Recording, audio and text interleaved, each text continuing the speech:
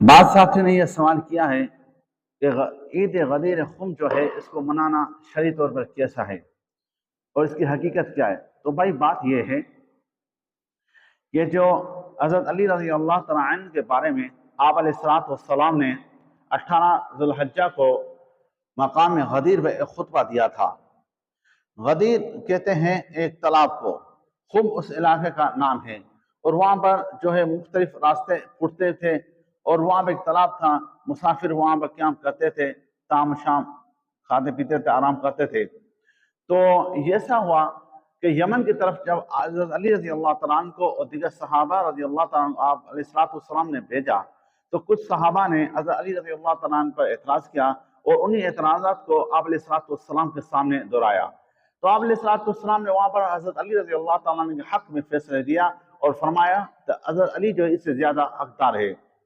تو یہ حضرت بریدہ سلمی رضی اللہ تعالیٰ عنہ اور حضرت علی رضی اللہ تعالیٰ عنہ کے بیچ میں صلح کروا دی تھی۔ تو جب قافلہ آپ علیہ الصلوۃ والسلام کا مدینہ منورہ سے نکلا تو بیچ میں راستے میں یہ باتیں حضرت علی رضی اللہ تعالیٰ عنہ کے بارے میں چلتی رہی۔ بعد میں آپ علیہ الصلوۃ والسلام نے حضرت علی رضی اللہ تعالیٰ عنہ کی شان بیان کرنے کے لیے اور لوگوں کے دلوں میں حضرت علی رضی اللہ تعالیٰ عنہ کی محبت پیدا کرنے کے لیے خطبہ فرمایا، اور فرمایا من کنت مولا فعلی مولا، اللہم آدن ما آدو ووالن من والو۔ تو آپ علیہ السلام نے جو مجھے دوست رکھے گا وہ علی کو رکھے گا، اور یا اللہ جو مجھ سے دشمنی کرے آپ اس کو دشمنی کرو، اور جو مجھ سے دوستی کرے آپ اس کو دوست رکھو، جو مجھے دوست رکھے تو علی کو بھی دوست رکھے گا۔ تو بات یہ ہے، تو وہ صلح کی بات ختم۔ اب یہ ہے کہ اس کے بعد میں حضرت علی رضی اللہ تعالیٰ عنہ کو حضرت ابو بکر، حضرت عمر، حضرت عثمان، حضرت طلحہ، حضرت زبیر اور تمام صحابہ اکرام نے مبارکباد دی کہ آج کے بعد علی تو ہر مومن اور ہر مومنہ عورت کے دل میں رہے گا، ہر ایک کی محبت ہر کے دل میں تمہارے لیے محبت ہوگی، تو ایک عظیم مرتبے پہ پہنچ گیا۔ لیکن اس کو کبھی بھی حضرت علی رضی اللہ تعالیٰ نے، حضرت حسن رضی اللہ تعالیٰ، حضرت حسین رضی اللہ تعالیٰ نے کبھی بھی اس کو عید نہیں منایا، کبھی بھی نہیں، اور نہیں اہل بیت نے کبھی اس دن کو عید کے دن پہ منایا۔ بات تو ختم ہو گئی تھی، وہ تو شان بیان کرنا تھا حضرت علی رضی اللہ تعالیٰ کا۔ پھر یہ چلتا رہا، پھر اہل تشیع کے، اہل روافض کے 4 معتبر کتابیں ہیں۔ ایک کتاب ہے اصول کافی، استفسار ہے، من لا یزور فقی من لا یزور ہے، اور تہذیب احکام ہے، یہ معتبر کتاب ہے۔ تو ان حضرات کی ان کتابوں میں بھی اس کا ذکر نہیں، یعنی ائمہ سے،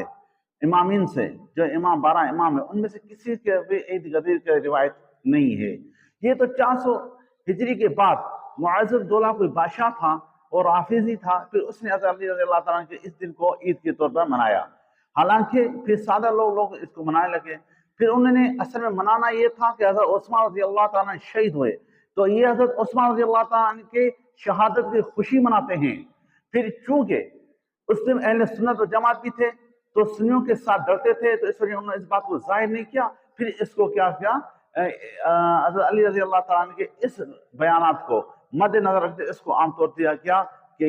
ہم اس وجہ مناتے ہیں کہ آپ علیہ السلام نے اس کو خلافت فصل کر دیا۔